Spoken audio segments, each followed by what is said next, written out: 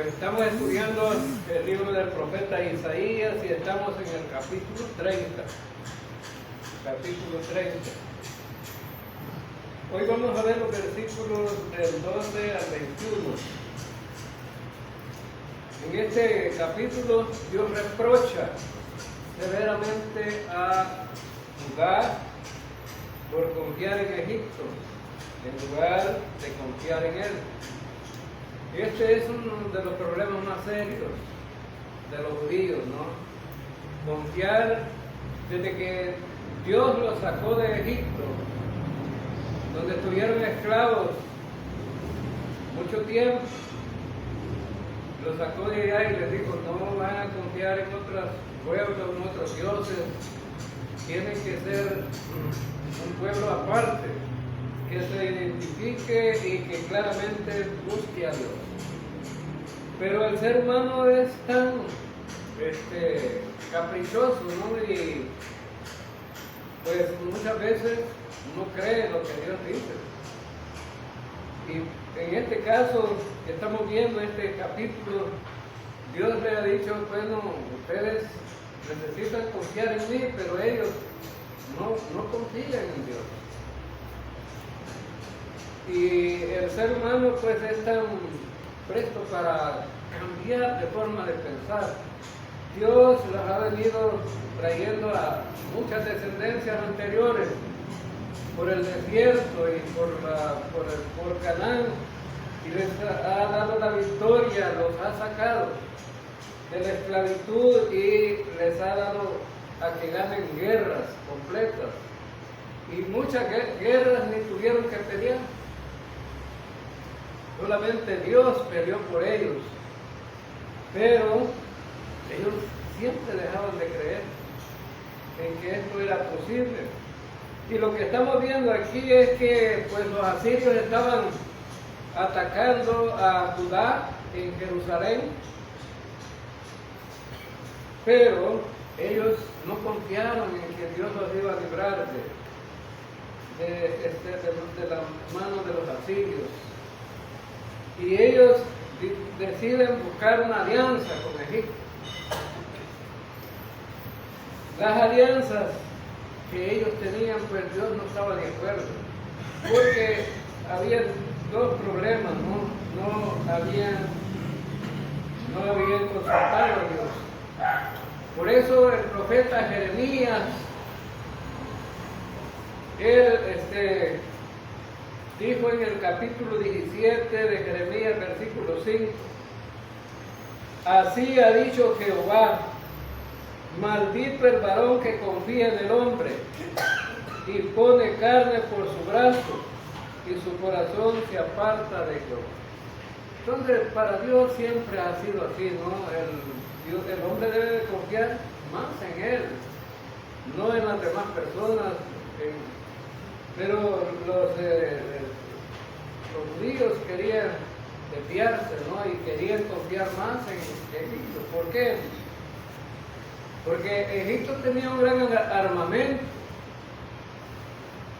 tenía armas poderosas, tenía caballos. Los caballos en aquel tiempo era como tener aviones, oye hermano, o tener tanques de guerra. Eran armas poderosas, entonces eso veían los judíos, decían, bueno, busquemos alianza con alguien que sea poderoso. Pero lo que es poderoso para el ser humano, para Dios no es nada, ¿verdad? Entonces ellos ejecutaron planes para terminar con los asirios, pero desecharon a Dios. No, esos planes no provenían de Dios. Y ya lo estudiamos. Hay de los hijos que se apartan, dice Jehová, para tomar consejo y no de mí. Ellos no incluyeron a Dios en sus proyectos, en cómo iban a resolver el problema que tenían. Y eso le pasa a todo el mundo, ¿no? Aún los creyentes quieren resolver las cosas de otra manera. Y por último, buscamos a Dios muchas veces, ¿no? Ellos hicieron alianzas sin consultar a Dios, se refugiaron y abrigaron al amparo de la sombra de Faraón de Egipto. Entonces Dios no estaba de acuerdo. Buscaron alianzas que Dios no estaba de acuerdo. Ahora, la alianza con Egipto solo trajo vergüenza. Vergüenza. Mire, el más poderoso siempre trata de buscar lo que el otro menos poderoso tiene, si va a sacar alguna ganancia. Mucha gente así es también, ¿no? Siempre cuando alguien busca ayuda, tratan de ver, ¿no? ¿Quién le puede sacar al otro? Ahí estaba viendo un video del presidente de Estados Unidos, que estaba platicando con el presidente de Ucrania, ¿no? Y le dije al presidente de Estados Unidos, danos la mitad de la tierra, la mitad de tu país. Entonces, porque nosotros te ayudamos en la guerra. O sea que ayudan, pero a ver qué tajada sacan, ¿no? Entonces, la alianza que quería hacer Judá con Egipto, pues estaba en el mismo sentido. Es decir, quería sacar alguna tajada de ahí, pero cuando fueron los príncipes de Egipto a ver qué podían sacar, les dijeron, no, ustedes no tienen nada que nosotros podamos usar aquí, ¿no? Entonces los judíos no tenían ni buen armamento para pelear. Y lo único que tenían ellos era la fama que Dios les daba a través de confiar en Él, como un pueblo poderoso, pero al amparo de Dios. Pero cuando Dios no estaba con ellos, no eran nada. Entonces, ellos, vimos en el estudio anterior que ellos iban a ser avergonzados, iban a tener vergüenza. Y la fortaleza, les dice Dios, la fortaleza de ustedes es estarse quietos. Pero el hombre es necio, ¿no? El hombre es necio. Dios le dice, mira, confía en mí, yo te voy a ayudar, te voy a sacar adelante, te voy a sacar del problema. Y vamos a ver qué hacemos para que tú te quite esta situación que tienes, este conflicto interior que tienes, ¿no? Espiritualmente ellos estaban caídos. Pero ellos dicen, no quiero que me ayuden. No tenían el poder, no tenían cómo salir del problema, buscando alianzas con otros países, con otros pueblos, y Dios les ofrece ayuda y ellos dicen no. Entonces, ¿qué quieren? ¿Qué quieren? Entonces muchas veces así somos nosotros de necios, ¿no? Dios nos dice, tengan confianza en mí. En Hebreos capítulo 13 dice, nunca los dejaré ni los desampararé. Versículo 5, Hebreos 13, 5, nunca los dejaré ni los desampararé. Es una promesa para la iglesia. Una promesa para la iglesia. Dios no nos desampara a nadie. Entonces, pero ellos estaban de necios.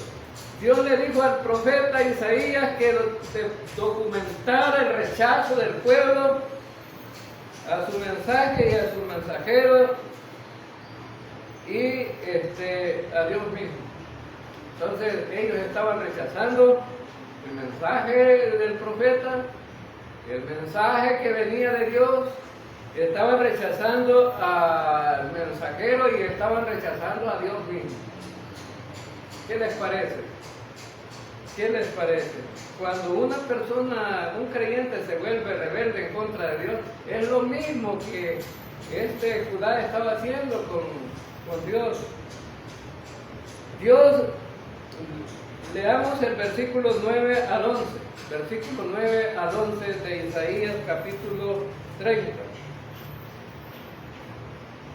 Isaías capítulo 30.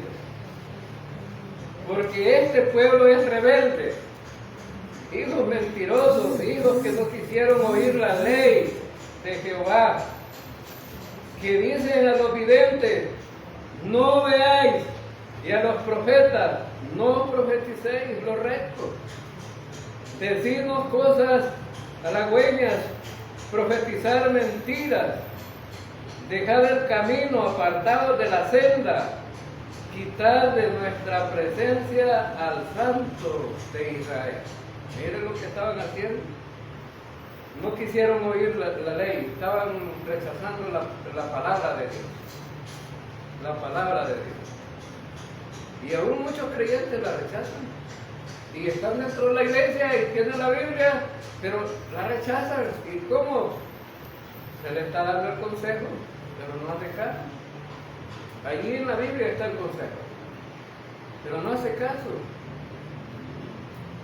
Estos, Dios les estaba dando el consejo, les estaba dando el mensaje, qué hacer, pero no les parecía el consejo de Dios, ni tampoco les parecía el consejo del profeta, porque le dicen a los videntes, a los que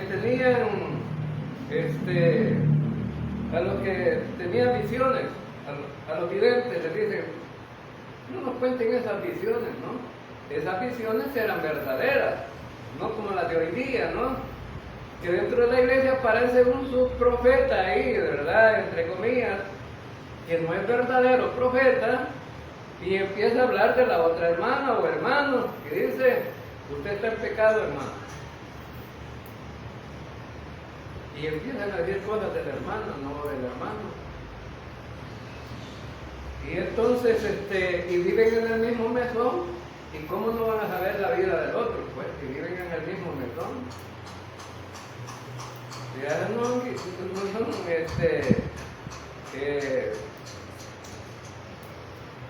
son, no son, también las profecías de los profetas, dicen, no nos profeticen. No nos profeticen. Y si acaso si nos hablan algunas cosas, díganlos mentiras. ¿Qué les parece, hermano? Y yo de aquí les estuviera diciendo mentiras. Y ustedes fueran contentos con las mentiras que yo les dijera.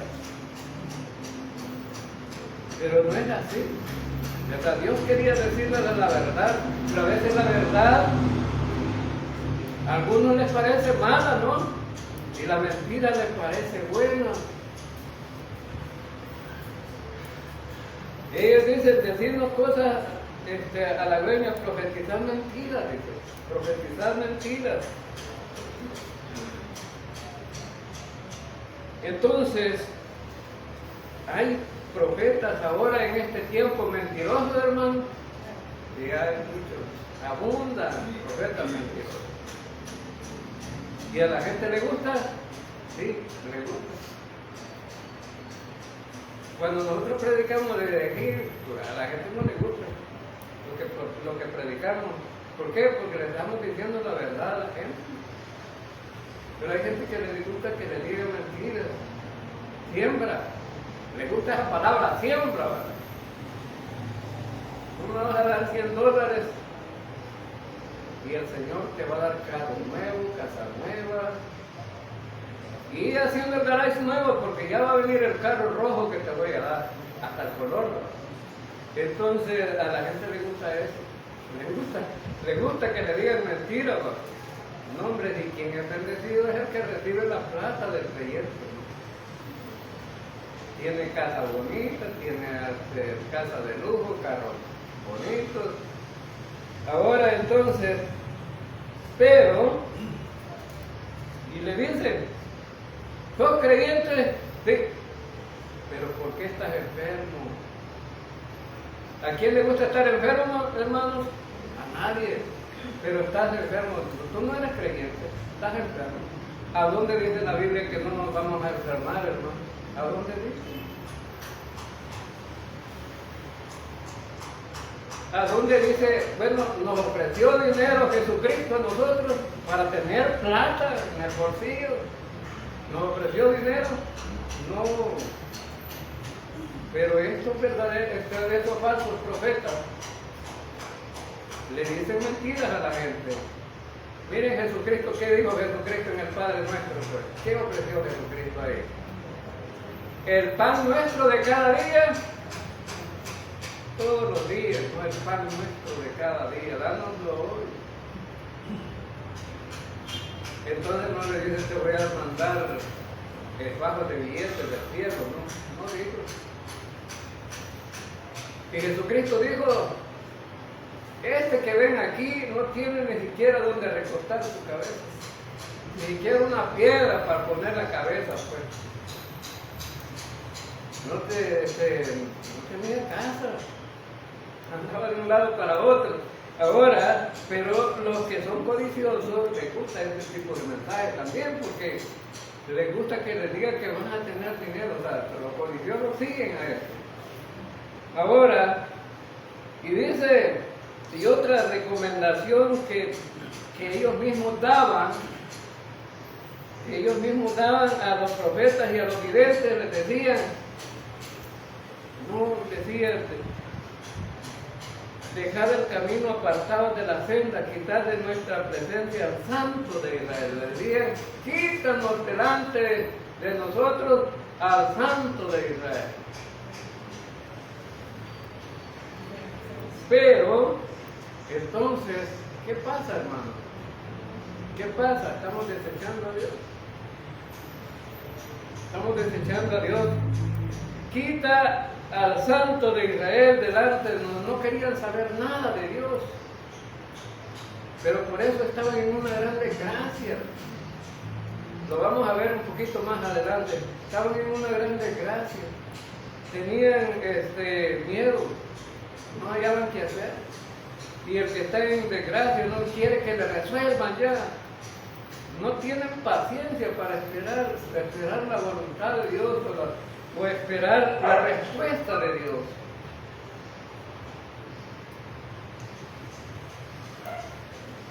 Entonces, veamos ahí el versículo 12 y 14.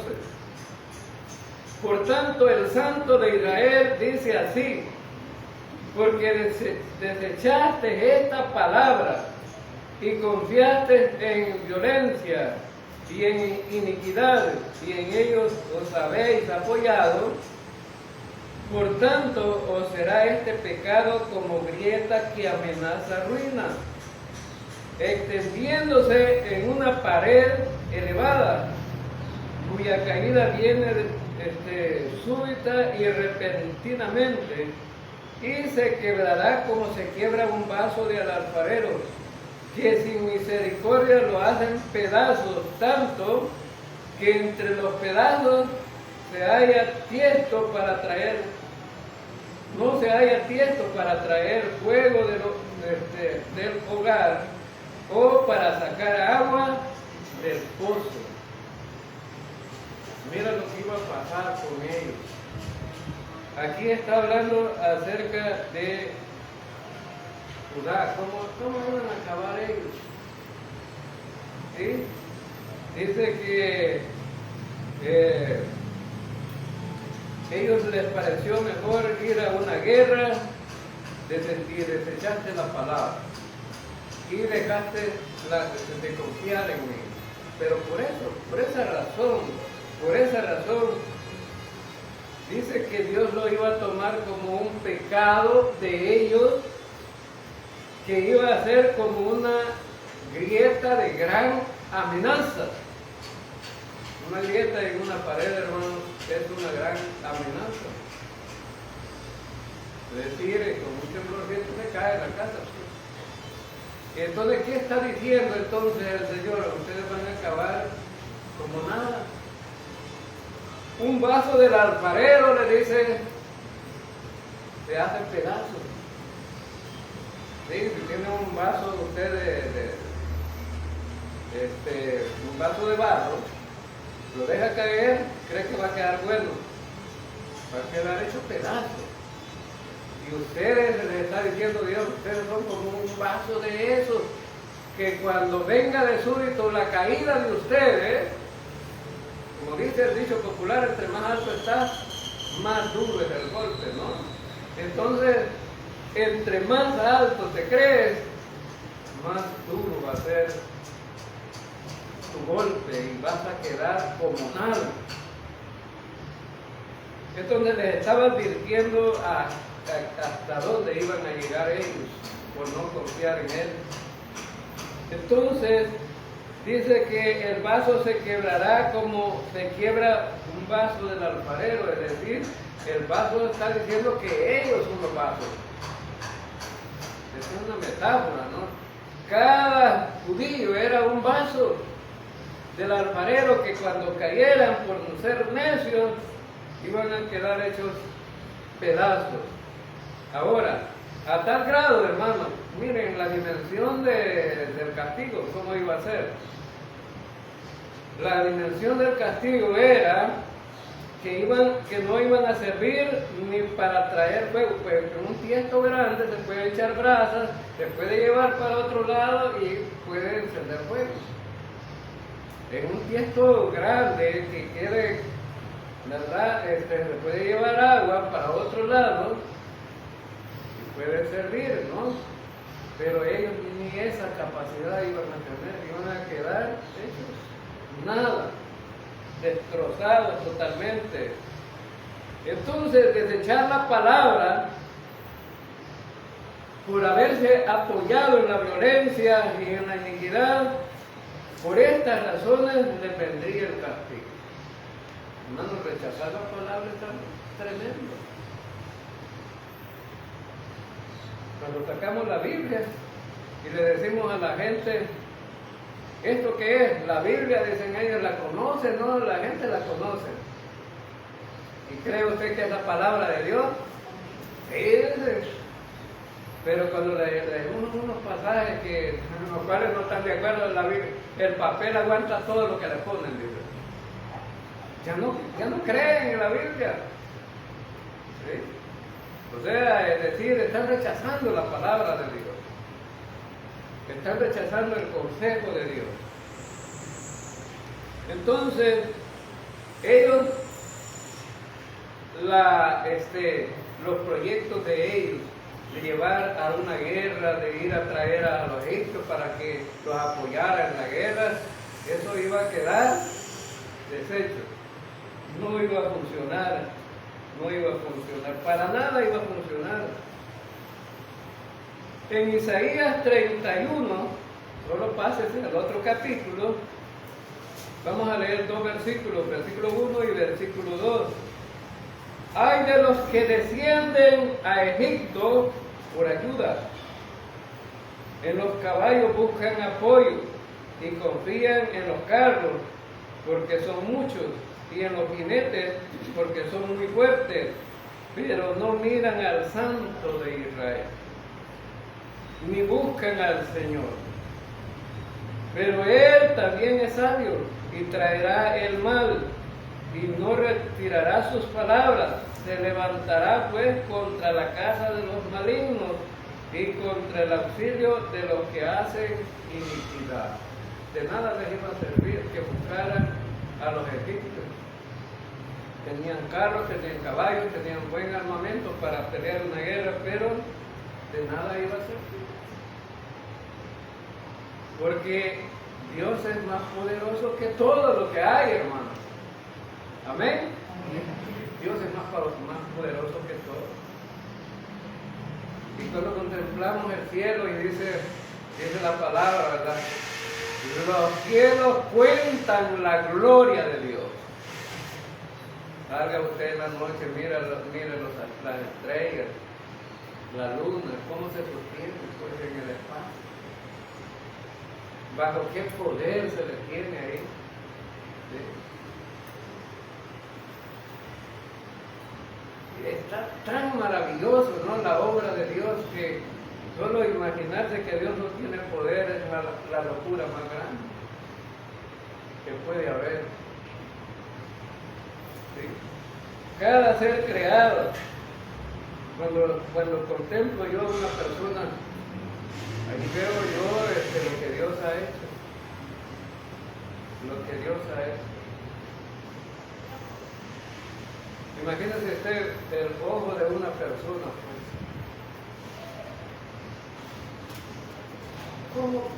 ¿Cómo se proyecta la imagen para que uno pueda reconocer a alguien más? Esa es una cuestión tan maravillosa, ¿no? Entonces, pero el Señor les dice, aunque ustedes busquen lo que busquen, no van a encontrar nada. Yo tengo poder para detenerlo. Yo puedo hacer todo lo que quiera con el ser humano. Él tiene el control. Por eso es soberano. Por eso es soberano. Alguien me decía, yo no estoy de acuerdo en que el hombre tenga más poder que la mujer en el hogar. Él es la... Pero le digo yo, pero Dios dice que el hombre es la cabeza. Y la mujer tiene que someterse al hombre. No, tiene que estar mitad y mitad. Algunos dicen mitad y mitad. ¿Sí? Pero hay en unas casas que manda más la mujer que el hombre, también. Pero la palabra de Dios no dice eso. No dice eso. Dice que el hombre es cabeza de la mujer y la mujer tiene que someterse al hombre, pero la responsabilidad del hombre es grande. La responsabilidad del hombre es grande. Tiene que amar a esa mujer. Y si la mujer se siente amada, querida, ¿qué va a protestar? Fácilmente se somete, ¿no? El problema es que el hombre sea prepotente y no le dé amor a la mujer, ¿no? Sí. Entonces dice que el Señor se levantará contra los malignos y Él puede detener a cualquiera. Se levantará contra los malignos. Entonces, súbitamente va a ocurrir repentinamente la caída de Judá. Súbitamente, de repente, cuando menos lo esperaba, iba a caer. Entonces, que Judá quedaría inservible, ni para recoger agua, ni para recoger fuego. Es decir, la gente de Judá iba a quedar así, porque las vasijas ilustradas ahí era la gente.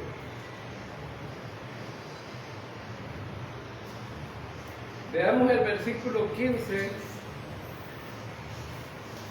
al versículo 17.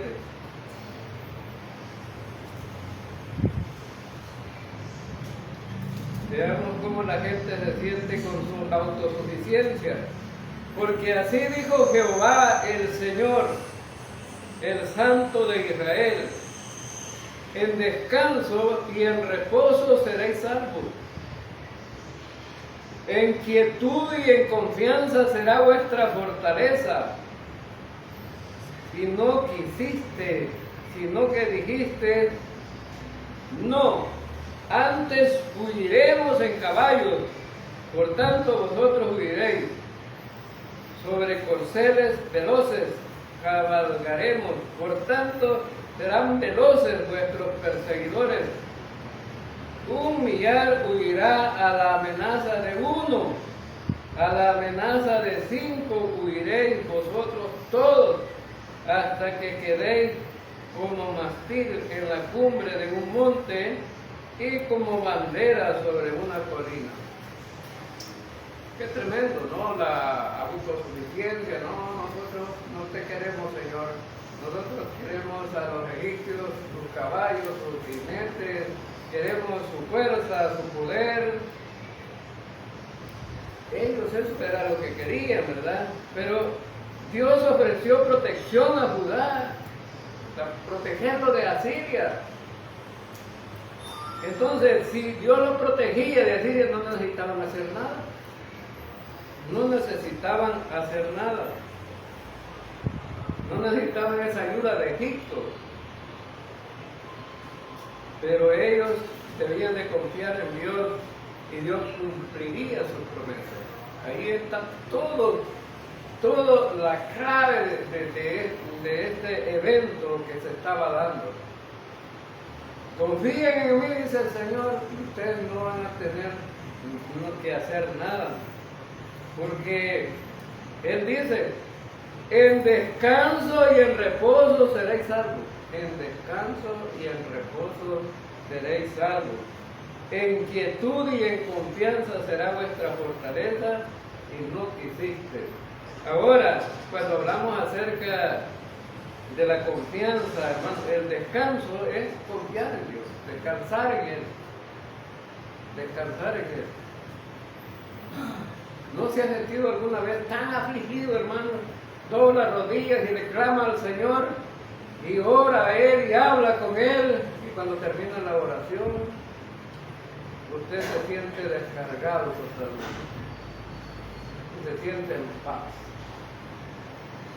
y viene la quietud en su vida, y esa paz llega, que Pablo dice en la carta a los Filipenses que es inexplicable. ¿Cómo es que llega eso? Entonces vemos que necesitaban ellos confiar en Dios y Él les salvaría de sus enemigos. Cuando habla de la salvación aquí, en este versículo, en el versículo 15, está hablando acerca de una salvación física. Porque a veces los predicadores a veces confunden la salvación. Dice, hombre que pecara esa morirá. Pero ¿cómo morirá? En el Antiguo Testamento está ese versículo, ¿no? Hombre que pecara ese morirá. Está hablando de la muerte de un pecador. ¿Cómo morirá el pecador? Morirá físicamente porque le van a agarrar a pedradas. Pero lo relaciona con la salvación, ¿verdad? Dice, como dice la Biblia, dice el gran mensajero ahí de la palabra, hombre que pecare se morirá, pero no está hablando de la condenación eterna, ni de la salvación espiritual, está hablando de la salvación física. Ahora entonces, él dice que Dios los podía salvar de sus enemigos. Confiar en las promesas de Dios significa descanso, pero la desobediencia es alejarse de Dios. Es alejarse de Dios. Descanso también es acercarse a Dios. Miren los contrastes allí. Desobedecer es alejarse de Dios, pero confiar es acercarse a Dios. La palabra confiar muchas veces la gente no la entiende. Confiar es depender de algo o de alguien. Eso significa confiar. Entonces yo me pongo aquí en este podio, ¿no? Con fuerza y no me caigo, porque confío que no me botan. Si hubiera quebrado de abajo no me apoya, ¿no? Ahora, para que ellos pudieran recibir la bendición de la salvación física que les estaban ofreciendo ahí, necesitaban confiar, creer que Dios los iba a salvar de ese problema. Necesitaban depender de Dios para resolver el problema que tenían. Necesitaban responder a Dios con confianza, ¿no? Pero antes ellos dijeron, en el versículo 16, dijeron, no, huiremos en caballos. Por tanto, vosotros huiréis, dice el Señor. Huiremos en caballos. Entonces, ellos, si hubieran confiado en Dios, hubieran visto la salvación de Jehová, ellos confiaron más en la fuerza de los caballos que en Dios mismo y en el faraón de Egipto. Es como hoy día, hermano, como hoy día. No tenemos una lucha física ahora nosotros como iglesia, ¿no? No tenemos una guerra física que nos estemos peleando con otros. A veces cuando andamos evangelizando ahí nos salen algunos macheteros, ¿verdad? Pero hay que Dios los bendiga, ¿va? Sí, a veces, ahí veníamos nosotros en un mototaxi, estábamos visitando hoy el lunes, venimos un mototaxi con las hermanas, veníamos de allá del puente, veníamos al mototaxi y nos dice el mototaxista, estos creyentes solo sacándole el piso a los hermanitos, pájole. Pues un flechazo para mí, ¿va? Bueno, soy el pastor, ¿no? Estos creyentes les hacen el piso a los demás hermanitos. Estos creyentes pistos que quieren. Yo digo que nunca ha ido a una iglesia ese mototaxista. El papá es usurero, tiene dinero, presta mucho. Pero, le digo yo, vos desconoces todo esto, no conoces nada de esto. Sí, ¿verdad? Me dijo. Pero yo soy igual a aquel, bueno, no voy a decir el nombre, ¿verdad? Porque me puede demandar. Soy igual a aquel que dice que arrodillarse en la mañana y en la noche es suficiente y Dios, para Dios es suficiente. Estás equivocado, no es suficiente. Puede pasar día y noche y toda la vida de rodillas, pero si no confía en Cristo no tiene nada. ¿Sí?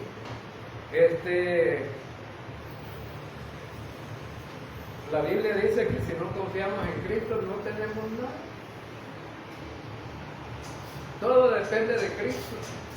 Ahora, la salvación depende de Cristo, no depende del hombre. Depende de Cristo. Porque dijo Jesucristo en Lucas 19:10, porque el Hijo del Hombre vino a buscar y a salvar lo que se había.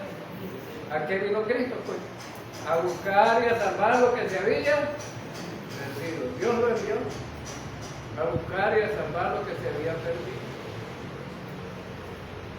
En Juan 3:16, porque de tal manera amó Dios el mundo que ha dado a su Hijo unigénito, para que todo aquel que en él cree no se pierda, mas tenga vida eterna. ¿Y qué ponemos nosotros en ese versículo ahí? Nosotros no dimos al Hijo. No dimos al Hijo. Y esto de amar al mundo nos cuesta, hermanos, nos cuesta.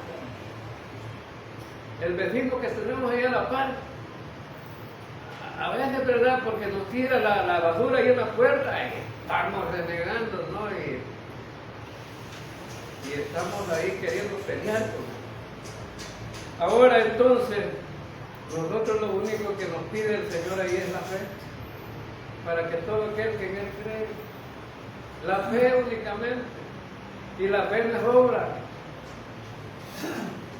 Versículo 17, porque no envió Dios a su Hijo al mundo para condenar al mundo, sino para que el mundo sea salvo por él. Dios, el deseo de Dios es salvar al mundo. Ese es el propósito de venir Cristo aquí a esta tierra. Versículo 18, el que en él cree no es condenado, pero el que no cree ya ha sido condenado. Vamos a ver que para que una persona se condene, lo suficiente es no creer. Porque alguna gente le dice, usted es un gran pecador, y le mencionan todos los pecados, usted va a ir al infierno. Pero lo suficiente es no creer para condenar. Ahora entonces dependemos del Señor para la salvación. Y la salvación es un regalo de Dios. Y no incluye las obras para nada, porque las obras, Dios no las acepta para la salvación. No por obras para que nadie se gloríe. Ahora, versículo en 2 Reyes 19, 34, 37 dice, por mí mismo y por mi siervo David yo ampararé esta ciudad y la salvaré. Hablando de Jerusalén. Y sucedió que esa misma noche el ángel del Señor salió, mató a 185,000 hombres en el campamento de los asirios. Dios tiene el poder, hermanos, para librar a lugar de los enemigos. 185,000 hombres Dios mató en el campamento de los asirios. Ahora entonces vemos, hermanos, que Dios quiere ayudar al ser humano, quiere ayudar al pecador, quiere salvar al pecador, pero el pecador no se deja.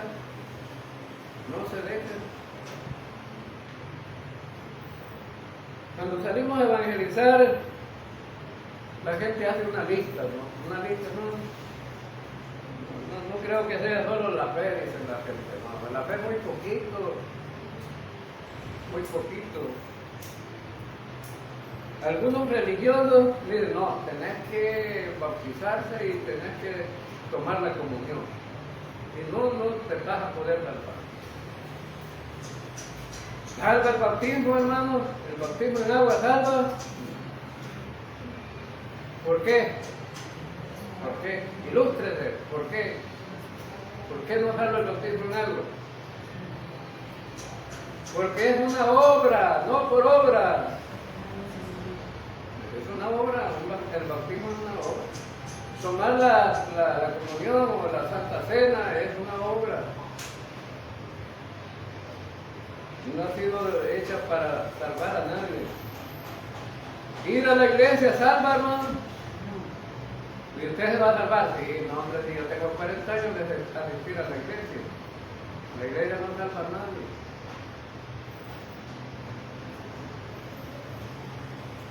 Voy a dar dinero, bastante dinero. Dinero no salva a nadie. Entonces, la Escritura dice que no es por obra, y la gente sigue insistiendo que es por obra. Vamos a ver algunas promesas de Dios ahora aquí en el versículo 18 de Isaías 30. Por tanto, Jehová esperará para tener piedad de vosotros, y por tanto será exaltado, teniendo de vosotros misericordia, porque Jehová es Dios justo, bienaventurados todos los que confían en Él. Todos los que confían en Él. Dice, por tanto, Jehová esperará para tener piedad de vosotros. Es decir, que va a haber un tiempo prolongado. Hay que saber esperar. A veces cuando ponemos oraciones, las peticiones, queremos que ya. Ya, Señor, ya, porque yo estoy apurado. Pero a veces el Señor tarda. Pero en el momento justo Dios responde. Dice, Jehová esperará para tener piedad de vosotros. Es decir, van a pasar por una disciplina primero. ¿Sí? No se ha fijado en los niños, pues usted le da unas nalgadas, sale llorando a la carrera. ¿Y qué te pasó? Me pagó mi papá. Pero al ratito el niño se va acercando al papá y a la mamá, ¿verdad? ¿Quién le pegó? ¿Me querés? ¿Verdad que me querés? ¿Verdad que me querés? Sí, te quiero. Por eso es que te di duro, le dice el papá o la mamá, para que no sigas desobedeciendo. Entonces el niño se vuelve a acercar. Entonces Dios nos disciplina, pero un tiempito y luego tiene gracia y misericordia otra vez. Y así ha pasado por todas las generaciones en el mundo. Este pueblo de Israel ha tenido gracia. Más desobedientes que Israel, teniendo a un Dios que se presentaba delante de ellos.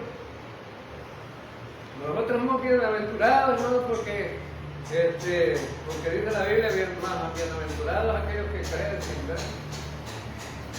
Y ustedes están aquí porque han creído.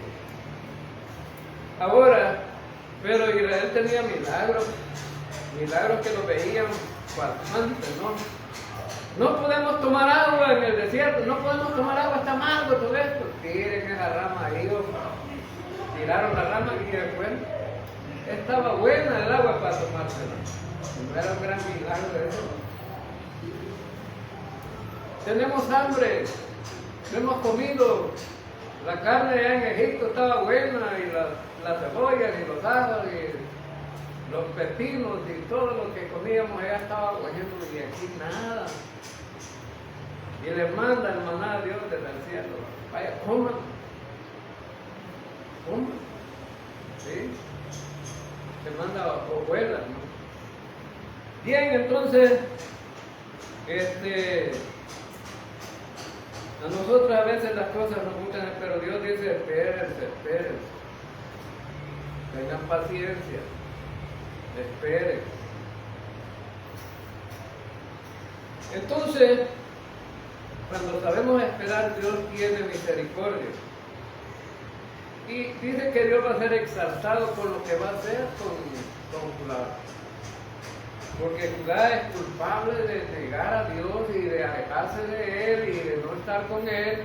Pero Dios dice, bueno, yo seré exaltado por tener misericordia de ellos. Tener misericordia. Y nosotros, hermanos, Dios ha tenido misericordia de nosotros también. Estábamos olvidados en el mundo. El apóstol Pablo escribió una carta a los romanos y ustedes son por darle celos a Israel. ¿Sí? Por darle celos a Israel, ustedes aparecieron ahí, los gentiles. Entonces, pero Dios tuvo gracia y misericordia. Y no solamente gracia, sino que gracia sobre gracia. Gracia sobre gracia. ¿Y cómo, hermanos? Gracias por habernos salvado. Y sobre gracia porque nos ha bendecido con grandes bendiciones espirituales en los lugares celestiales cuando usted esté en la presencia del Señor, allá en el cielo y luego en el reino milenial y luego en la eternidad se va a dar cuenta cuán bendición espiritual tiene usted. Ah, no, pero es que yo la quiero para acá. Y aquí, mire, esto va a desaparecer. ¿Para qué quiere cosas para acá? Todo esto va a desaparecer. Ahí lo van a reconstruir los testigos de Jehová. Pero si van a vivir, van a ir a la tribulación, quién sabe. Porque ellos dicen que van a pasar por la tribulación. Nosotros no. Ahora es una gran bendición. Nosotros, Dios tuvo gracia con nosotros, éramos pecadores, listos para ir al infierno. Pero el Señor dice, mas Dios muestra su amor para con nosotros, en que siendo aún pecadores, Cristo murió. Aún siendo pecadores, Cristo murió por nosotros. Qué maravilloso versículo. Qué maravilloso versículo. Una vez evangelizado un hombre me dijo, ¿usted cree que voy a ir al cielo? No, me dije, ¿cómo se pone a creer? Me dice que voy a ir al cielo. Yo, que soy el más grande pecador que hay en esta tierra.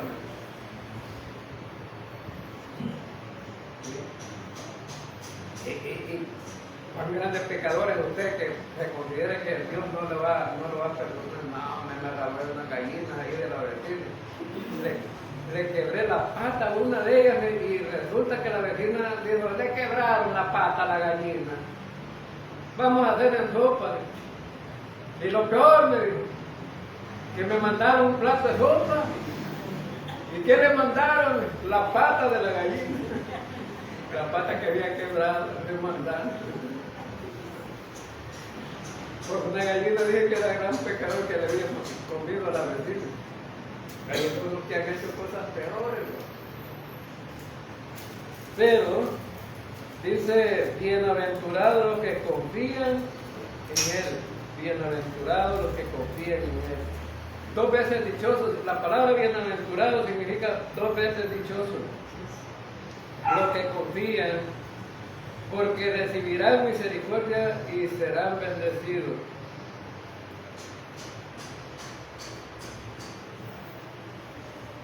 Vamos a ver, ya para ir terminando, el versículo 20 y 21. Versículos 20 y 21. Bien que os dará el Señor pan de congoja y agua de angustia. Con todos sus maestros nunca más te serán quitados, sino que tus ojos verán a tus maestros, entonces tus oídos oirán a tu espalda la palabra que diga: este es el camino, andad por él, y no echéis a la mano derecha, ni tampoco os torzáis a la mano izquierda.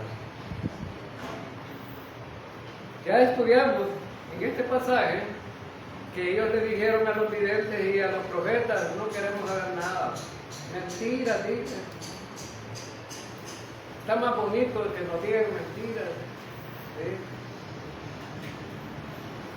Algunos creen, ¿no?, que para llegar al cielo hay que pasar en una barca, en un río de sangre, navegando en una barca. Algunos creen eso, ¿verdad?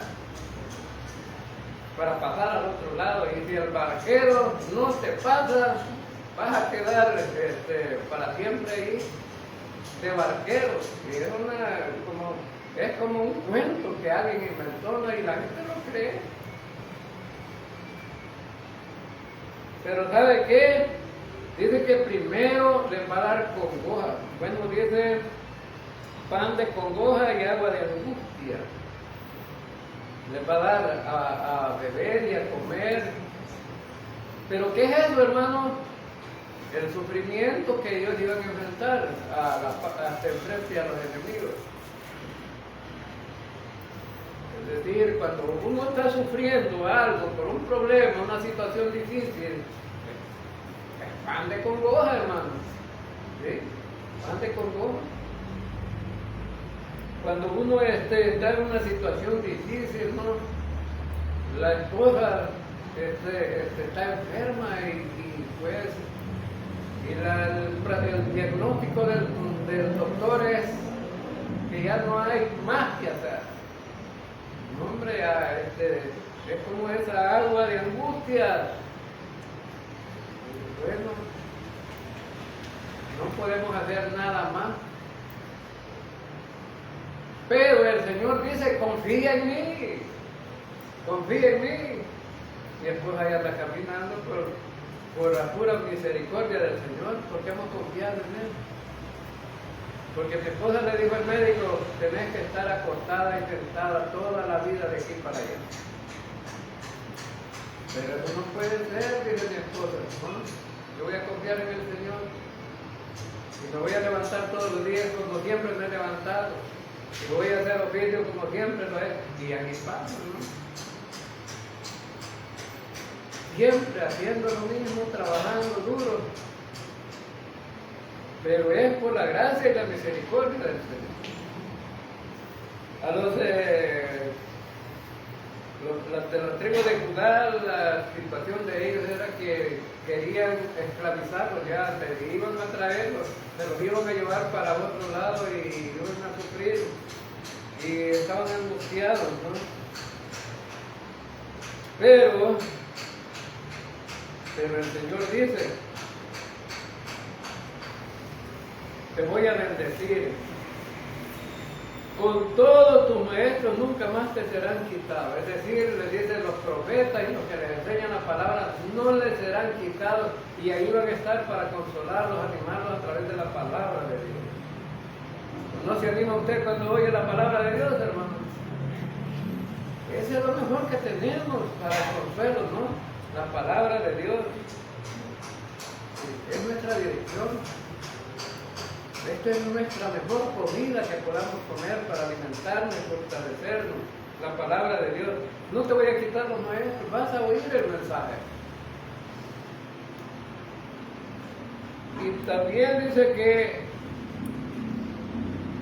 tus ojos verán a tus maestros, entonces tus oídos oirán a tus espaldas palabras que digan: este es el camino, andad por él, y no echéis a la mano derecha, ni tampoco os torzáis a la mano izquierda. Tiene que ser el camino recto.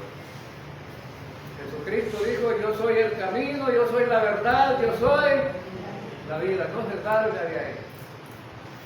Ahí está todo, está lo mejor.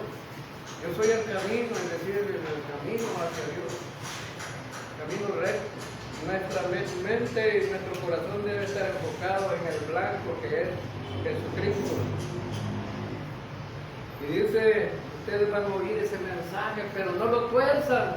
En el mundo hoy día está bien torcido el mensaje. La gente ha dicho tantas cosas absurdas, ¿no?, acerca del mensaje de Dios. Entonces, la gente está siguiendo muchas veces maestros falsos, doctrina falsa, y el camino se ha torcido, se ha perdido. Se ha torcido. Y por esa razón estamos como estamos, ¿no?, en una situación difícil en el mundo. Y gracias a Dios todavía nosotros podemos predicar el Evangelio. No tenemos dificultad para hacerlo, pero hay países en el mundo que ya no pueden predicar libremente. Y si algunos predican a escondidas, ¿no?, a escondidas. Entonces, el Señor quiere que nosotros entendamos en este estudio. Ante todo debemos de confiar en Dios. Amén. Debemos de confiar en Dios, no en nosotros mismos. A veces confiamos más en nosotros mismos que en Dios. Otra de las cosas, si nos apartamos de Dios, Él nos disciplina. Y la disciplina es buena para volver al camino otra vez. Pero a veces el Señor disciplina donde menos te gusta. Y ese es un problema serio. Debemos buscar el consejo de Dios siempre, el consejo de Dios. Dios no nos deja solos a pesar de nuestra desobediencia. Dios nos ha puesto líderes espirituales para nuestra enseñanza, para aprender de la palabra de Dios. Entonces, gracias a Dios, aquí tenemos 4 personas que pueden predicar la palabra. ¿Verdad que quieran más? ¿Verdad? Para que pudieran hacerlo. Porque ayer cumplí 64 años ya. ¿Me faltan cuántos más? Ya me faltan poquitos. En una Biblia me faltan 6 nada más. 6 nada más. Ahora entonces, pero ojalá hubiera un pastor aquí de esta iglesia. Traemos otro pastor de otro lado con una falsa doctrina, no, se van a afinar ustedes aquí, ¿verdad? Ahora, debemos de confiar en la palabra de Dios siempre. Siempre en la palabra de Dios es verdadera. Y debemos de trazarla correctamente, trazar bien la palabra del Señor. Vamos a orar. Señor Dios Todopoderoso, Rey de reyes y Señor de señores,